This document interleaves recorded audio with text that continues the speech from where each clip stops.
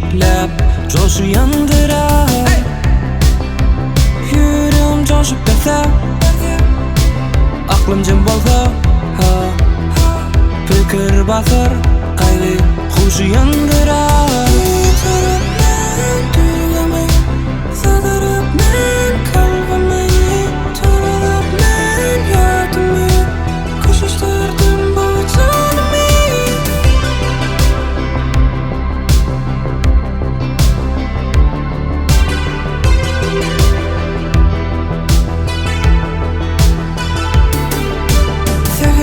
Derviş nalışa gelse, bilimden yup alıp boynuna salsa, tarifen ben nebet akılsa, peleyi titreder, arşı yandırar. Akmak özün akıl bilen eyler, bir iş tutar sonrasından ceng eyler.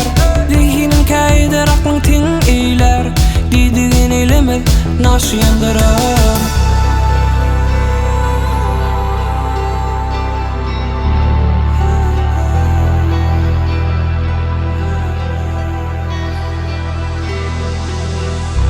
Maktun gulu haktan kıyala çekti, kıyala söz berdi kıyala çekti.